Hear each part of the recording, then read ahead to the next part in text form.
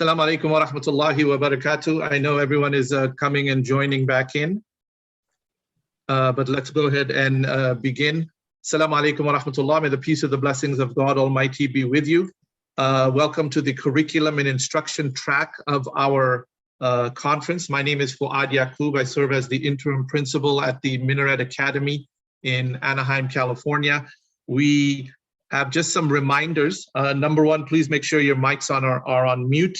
You can put your questions in the chat.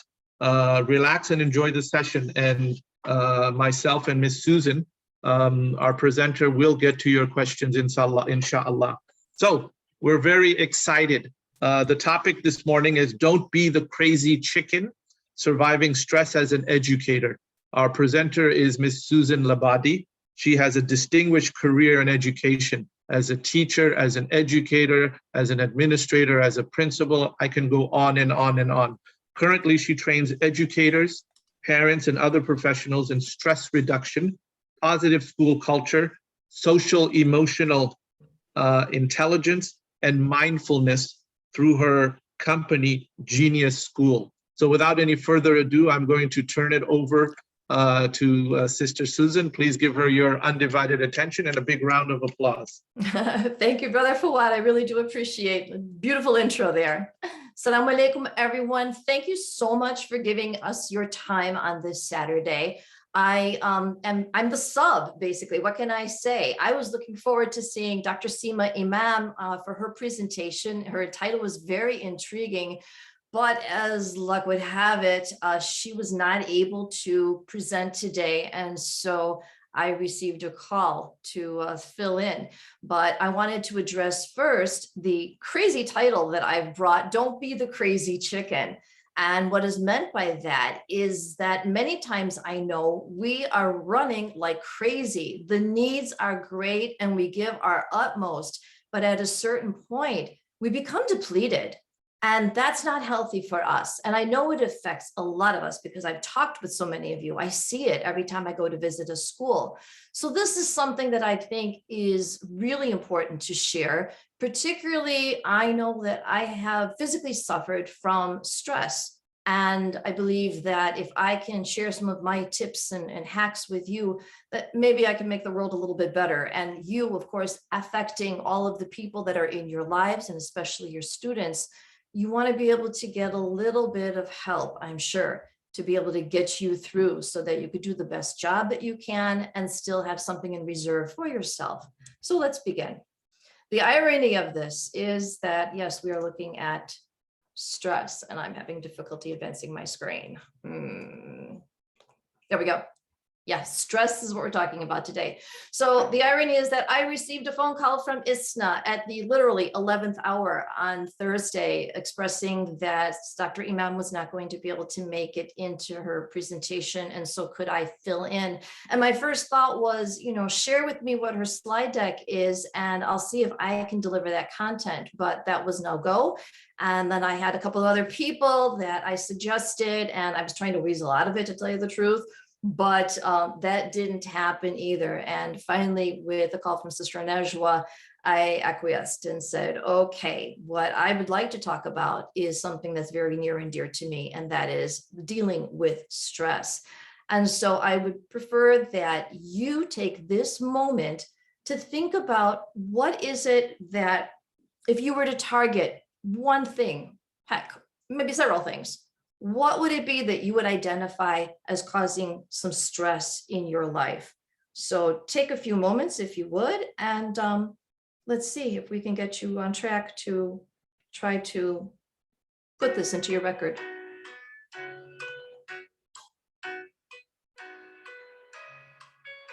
What's stressing you?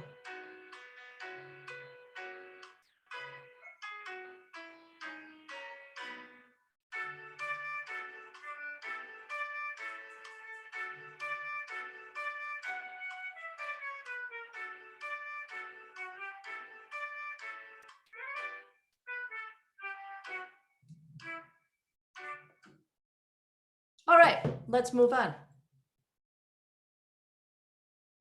So why trust me? I am basically somebody who has gone through the ringer, I would say. I've got my master's in teaching, certification as well in social studies for 6th grade through 12th grade. My background is that way back in the day, I got my bachelor's degree in psychology and sociology double major. I've been an AP psychology teacher, as well as a school administrator of one of America's flagship schools. I've also served on accreditation committees and been a review leader, team member. My background also is several years working with ISNA for this education forum, which has garnered me some really great insights to not just our schools, but even some of the latest things that keep coming up in terms of education in general. I have had numerous trainings and given trainings to other schools and businesses through my company and through my affiliations with SIES, Consultants for Islamic School Excellence, Define 360, and of course, CISNA. Also, I'm joined up with Sister Nejwa, who has started a new organization you're going to be hearing more about called Wiser. It's really there to help the weekend Islamic schools.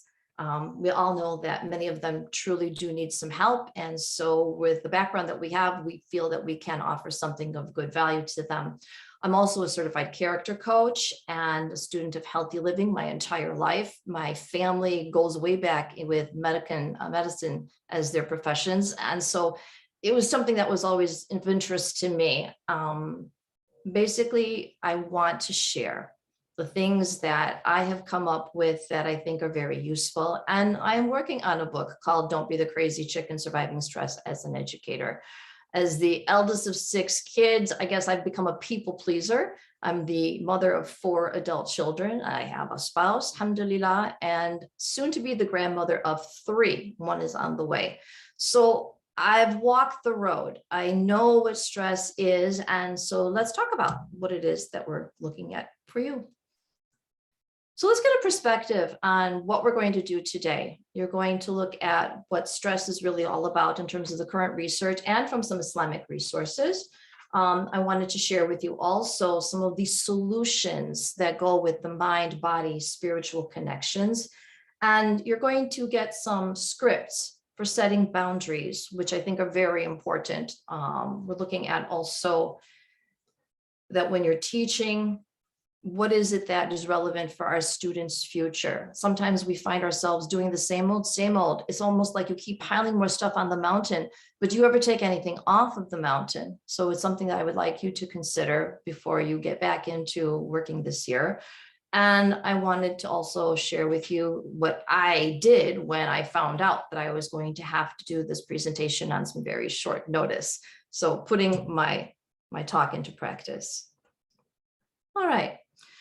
Now, stress has been connected to the 6 leading causes of death: heart disease, accidents, cancer, liver disease, lung ailments, and suicide, absenteeism from work, increased medical expenses, lost productivity, cognitive impairment, depression, and other mental illness, aggression, and relational conflict. So you see all of these things that are the negative effects of stress. And yet, when we think about it, stress can sometimes be used for something positive.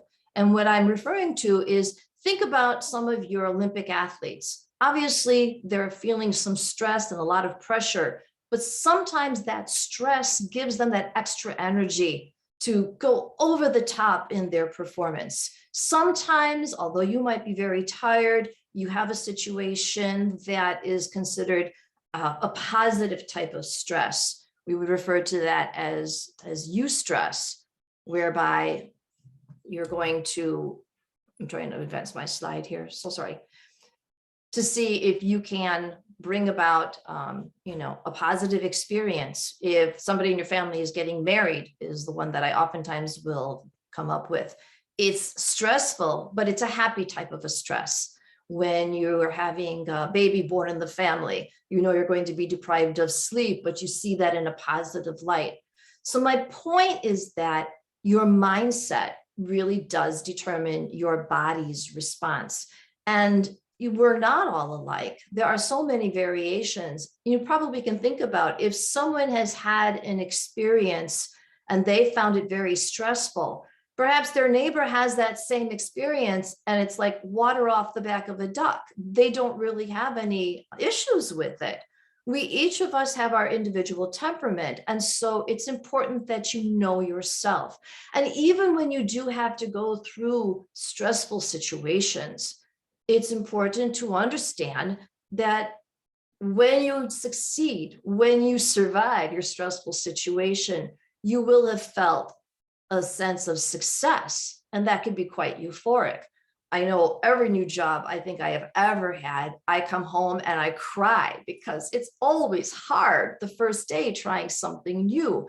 But as you have to keep going back to it, you develop your skill set, you start to find things to like about it. And before you know it, you're a champion at what it is that you do. In teaching, it is not easy. Obviously, you are juggling a lot of variables every single day. And yet, when things go right, when you're in the groove, when your students have aced that exam and you knew it was not an easy task, you feel really good because you understand you've given them growth. You have helped them also be successful and to attain a bit of that resilience. And so, as Brother Jihad had mentioned, this is very much tied to having hope and having Iman. And we know that certainly the Prophet ﷺ certainly suffered many distressing events in his life, and his actions, the things that he did, are really quite didactic even for us. Now, people will think that psychology is something that is rather new, but we have, even in the Islamic tradition, a person by the name of al-Balkhi, who is really known as the first, I guess you would say, Islamic psychologist. And he was basically in the year 850 to 934. And he saw the connection where no other people did before between the mind, the body, and this is the thing that he added, the spirit. And for stress for al-Balkhi, he saw it as this. When your body is sick, obviously your soul loses joy. And when you feel that you have a difficulty in your soul, you're burdened by something, he saw a correlation between that and having physical ills. So even today, now people are saying that when you have something wrong with you physically, oftentimes if you dig deep, there may be an emotional connection that has fueled this physiological response. And as mentioned here, regular medical physicians of his time did not acknowledge this psychosomatic condition. We talk about mindfulness, and mindfulness is really an awareness. It's the simplest explanation for what mindfulness is. And al-Balkhi mentions the hadith from Bukhari about our mind is not always in the moment. And science has shown us that we are addicted to distractions, maybe 47% of the time. And yet, this can be countered with the practice of mindfulness, with a focus, with concentration. And when you think about it, doing our prayers, having khushu, is really modeling that. If you're doing your dhikr, this is also keeping your mind focused on Allah and gratitude and appreciation.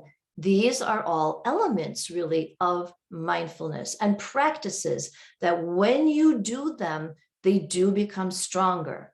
And I will tell you from personal experience that when you give some time into doing these things, when issues with stress arise, when you recognize that you are in a stressful state, you are able to call upon that feeling. It's like when you're doing your prayers with Allah, you're able to tap into that wavelength, if you would, that relationship, that channel that works where you find your calm. When you're able to practice, you are able to do this at will, anytime. All right. So are you ready for some solutions? I want you to jot some of these things down and hope that you're going to be able to connect some of these strategies to what you had jotted down earlier for what you feel are your stress points. Ready? Here we go. For body solutions, we'll break these into the 3 categories, and some of them will be repeating. They overlap with each other like a Venn diagram does. Your vagus nerve basically connects your heart and your lungs and your brain, and it can be toned by doing these various things. Sleep, it is a foundation that yields you rest. Prayer is a pillar, but as I'm sure you've oftentimes heard, going through the motions of prayer, your ruku, your sujud, you are able to get exercise, gentle exercise for the body. Massage and stretching, these are things that will help tone your vagus nerve. And you don't need to go out and pay for somebody to give you a massage, even giving yourself a massage, or they've got some of these machines that you can put on that will help massage areas of your body, breaking up some of the tension. Singing, humming. Recently, some people in our family had suffered from COVID, and I recommended humming. And funny thing is that as I was suggesting it, somebody was doing their humming, but it does make you not just feel better, it is good for you. And I've noticed that oftentimes people who have careers in singing, they tend to be very healthy and very long-lived. Maybe it's just a correlation, but it's something that I've noted. And perhaps that's because they keep their vagus nerve in good tune. Sauna, we're hearing more and more from the medical research on the benefits of sauna for detoxing, for improving your heart health, as well as cold therapy. If you're familiar with Wim Hof, getting into the cold shower, experiencing the true nature rather than being holed up inside in constant temperatures. To have some of these temperature extremes is flexing your circulatory system. That helps with your vagus nerve.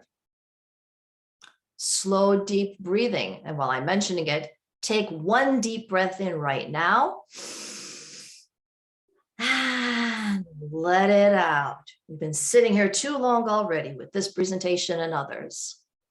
And that alone, taking a deep breath and letting it out, will activate your parasympathetic system, your calming system.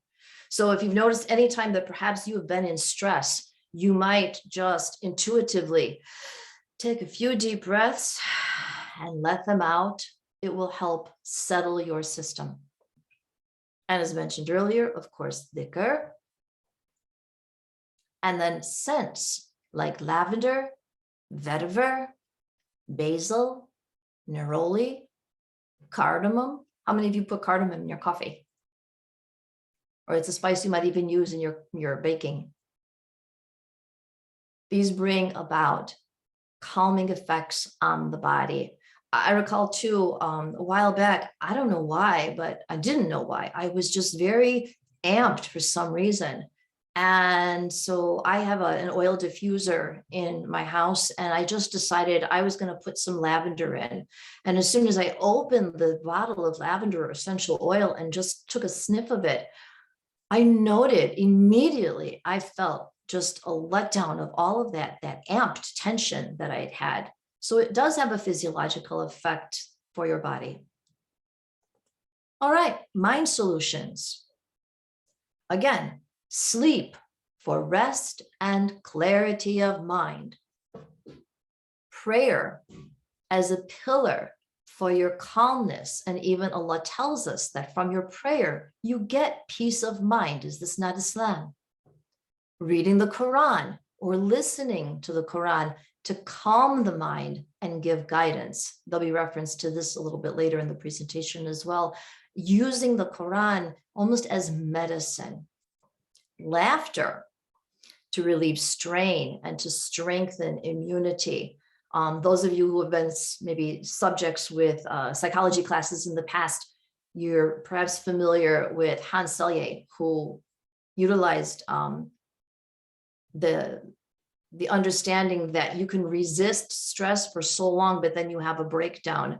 And oftentimes in that chapter, you'll also learn about cousins who really used a lot of old movies that made him laugh a lot to help him cure his cancer. We know too that if you go to the hospital, it's sometimes really a sad situation, but ironically, people who are working in the hospital will utilize humor just to lighten things up a little bit, so it's not feeling so heavy. So if you're feeling like you're coming down with something, watch a funny movie, it might help you.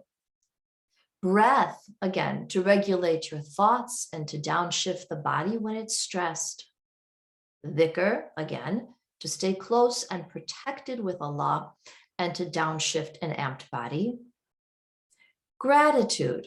You've heard much about gratitude over the recent years, to appreciate our gifts and use them consciously. And even we have references to using gratitude in the Quran. Awe. Allah tells us to ponder his creations. And you'll find these references with Surah Ibrahim, Ali Imran, and Ghafur in the Quran as well. And again, scent. And scent is related to memory. I know that when I smell lily of the valley, it brings me back to when I discovered the actual plant as a child in my grandmother's garden. It was such a pleasant experience. And when I smell lily of the valley, I remember my grandma.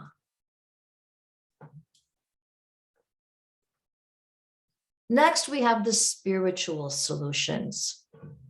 Again, sleep renews. It was the practice of the Prophet ﷺ to sleep shortly after Isha prayer, as we well know. And yet, we know that oftentimes we're stuck on our screens, we're watching TV, and I have a book recommendation for you, and that is The 4 Seasons, that 4 Seasons Solution by Dallas Hartwig.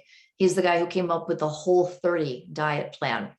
And what he talks about in his book, in the introduction, is that when he was a child, his parents, they were living in Canada, they bought this old ramble-shamble shack in the middle of nowhere. There wasn't even a regular proper road that got to that property.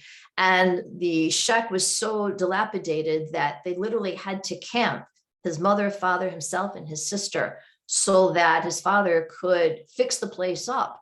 And then they had no running water, no electricity. But he said that when it was dark, we went to sleep. When the sun came up, we woke up. We lived basically in harmony with nature.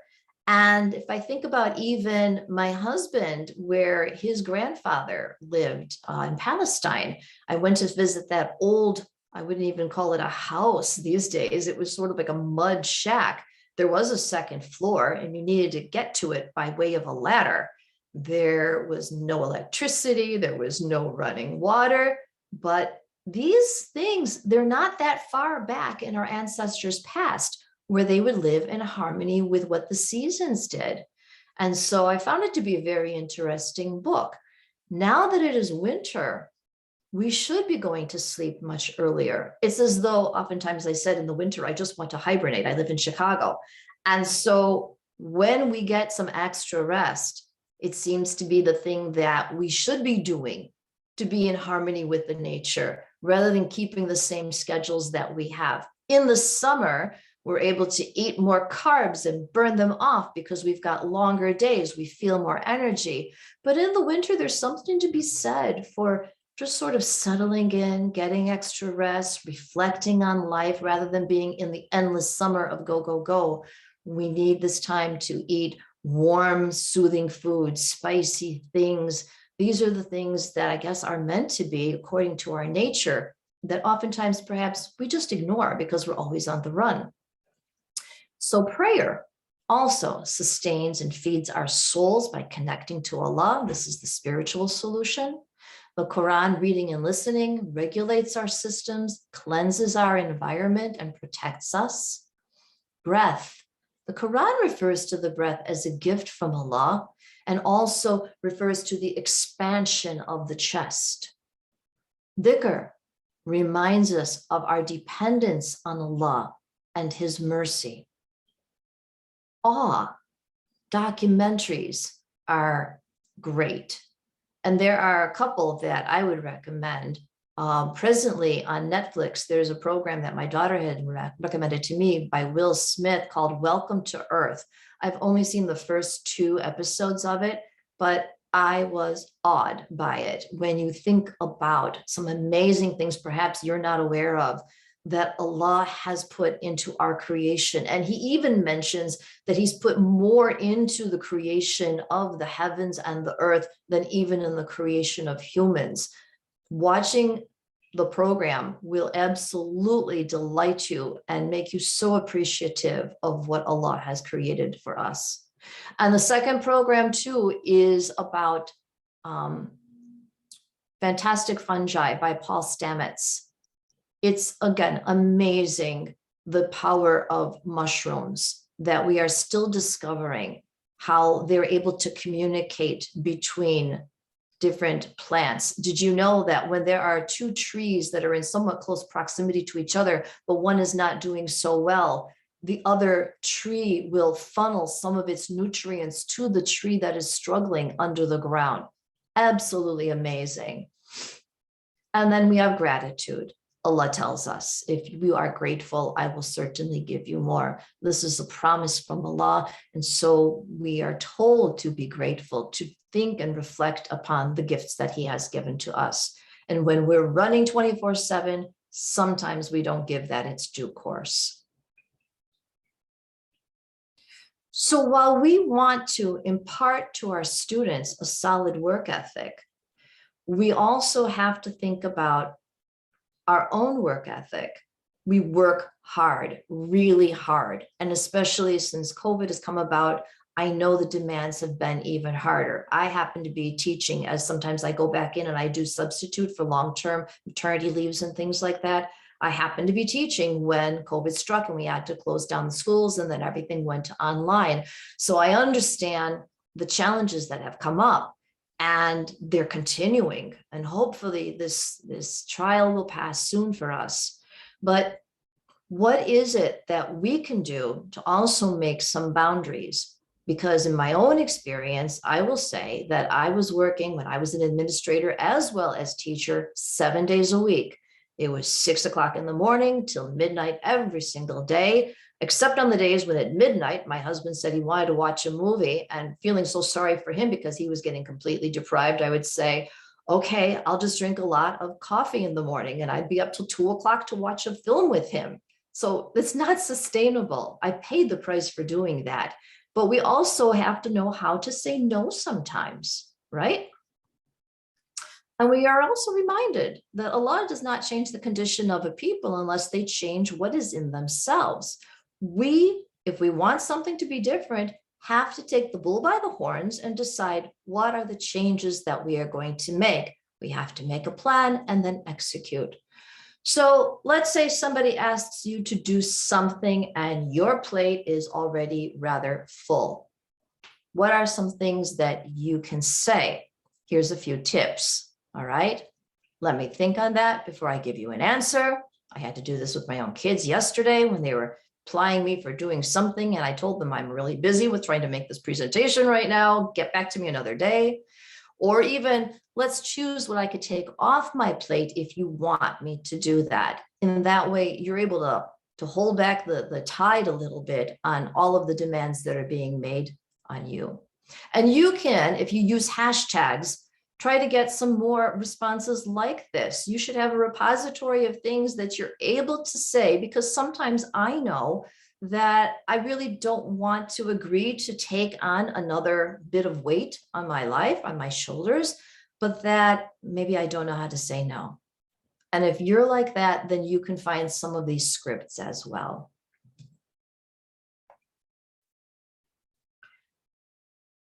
And the other thing we want to look at is your solution to retool your curriculum and methodology.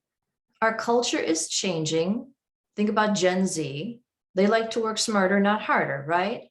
And we have to ask ourselves, are we still teaching things that are really no longer relevant? And can you take some of those things off of your curriculum and better prepare your students for the future by putting in something else? We need to evaluate our curriculum every year. And if that decision is not just a sole decision for you, then take it to somebody else who is in your organization and ask if maybe they would agree with you that perhaps we should shift things up a little bit. Asking what are the essential skills and content that our students need to know for the future.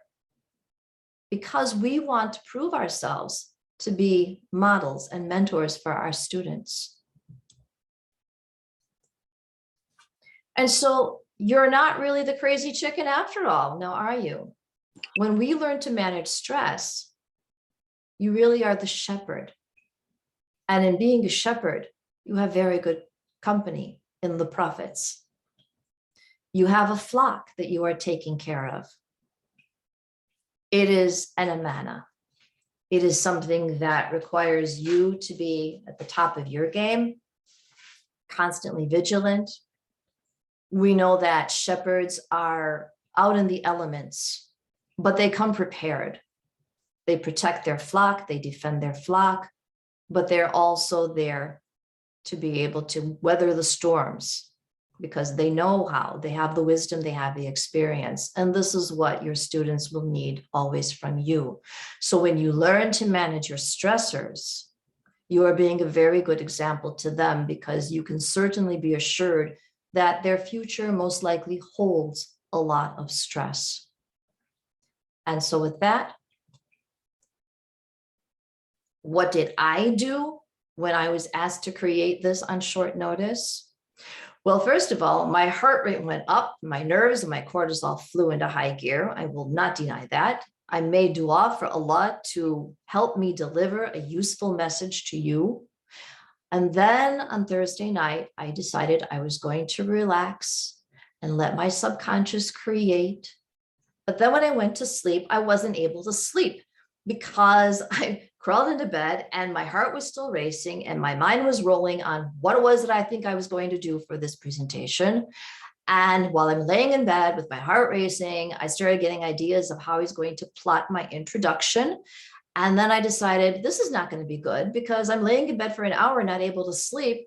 I need to take control and bring myself down a few notches. And so what I did is I utilized my breath. And then I did shahada to slow down even more. And basically what I did is I just tied Ashhadu an la ilaha illallah wa ashhadu an Muhammadan Rasulullah, and I slowed it down. Ashhadu an la ilaha illallah wa ashhadu an Muhammadan Rasulullah. Ashhadu an la ilaha illallah wa ashhadu an Muhammadan Rasulullah. Ashhadu an la ilaha illallah wa ashhadu an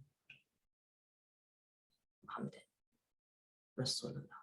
And by taking it down slower and slower, just into like 2 little bits and bites, I calmed down.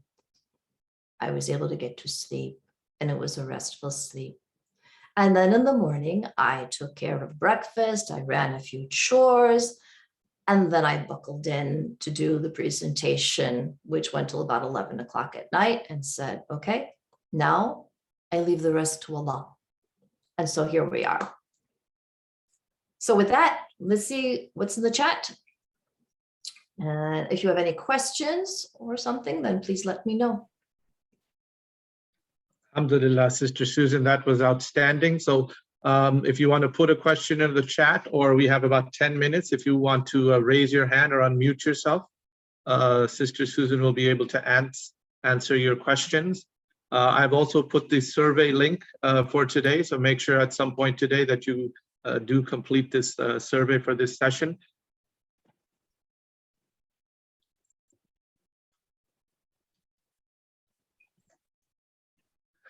Sister Susan, I want to thank you because you were able to model for us exactly, and especially with this slide, you showed us exactly how you implemented all the recommendations that you are giving us. I see Sister Asma Mana has her hand raised. Sister Asma, go for it. I just wanted to genuinely thank you because, you know, with us going into year 2 of teaching during the pandemic, stress is really high, both from work, home, etc. Stress of the pandemic. So Jazakallah khair for the presentation as well. Well done. Thank you so much. Thank you so much.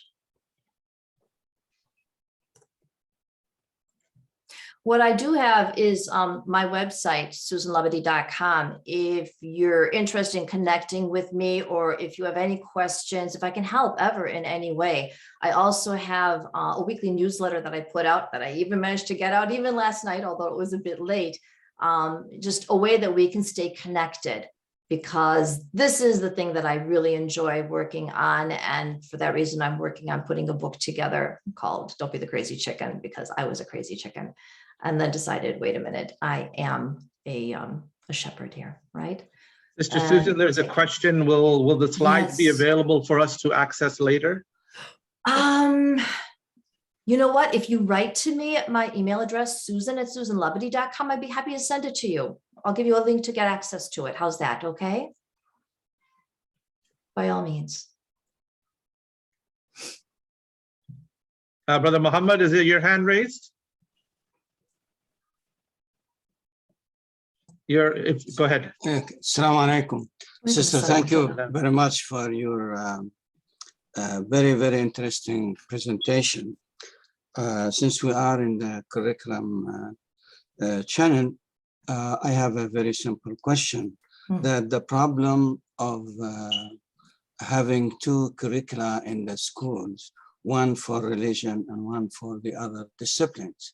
The challenge is how we move toward a curriculum-based Islamic religion, or religion in general.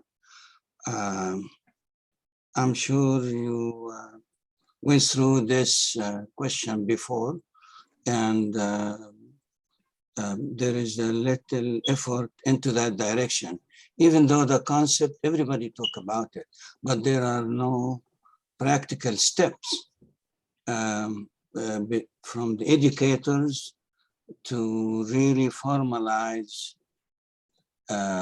for the study of all disciplines from the Islamic perspective. And instead of having one class for religion that has no connection, and that's why the children are losing interest. Why should we study religion? There is no benefit. Thank you. Well, let me share with you a story, and thank you so much for bringing that to the surface. It's from my most dear teacher, my Akida teacher, basically said that she was in Syria as a student, and it was actually her biology teacher who talked about the wondrous discoveries that came from the creation that opened her eyes to wanting to be with Allah. It wasn't a religious teacher, it was the actual biology teacher who captured her. I believe that when your faculty is well-versed in understanding and realizing the gifts of Allah, that parents as well, when they are appreciative, when they see things, and the Quran, when they get familiar with it, it gives us so much information that it appeals to all subject matter. That everything that we teach, if you look at it through the Islamic lens, and you bring Islam's wisdom into those lessons for the students, that's how you get them to understand. And I know there's this pull from the common culture that sometimes we lose heart and we think that the students are not getting it. But if we plant these seeds in them today, inshallah, when times arise in their future, they will remember what their instructors said, and they will see the wisdom of it, and it will draw them back to Islam. How many times can we say, oh, my mother said this. Maybe I didn't understand it at the time, but I remember now, this is what my mother said, right? And this is how we will hope that they will come back to it. When we are able to teach our teachers, give them some professional development that feeds their Islam, this is one of the best ways. If you allow me to say, what do you think of the use of interdisciplinarity in bridging the gap? That's one. Number two, I see you are, mashallah, expert on training teachers. Mhm. Do you think that we need to rethink the qualification of teachers as mufassirin for the Quran? Because I know the textbook now is flooded with quotation, and they either just trading, but there is no innovation or bringing excitement to the students. So the concept of, or the study of tafsir and tadabbur and ta'ammul and tafakkar became vital in the structure of training programs for teachers. Maybe that is a trigger point. I think I took a lot of time. Sorry about that. No, thank you so much, Brother Muhammad. I appreciate it. And by the way, I did put my email address into the chat for those that are interested.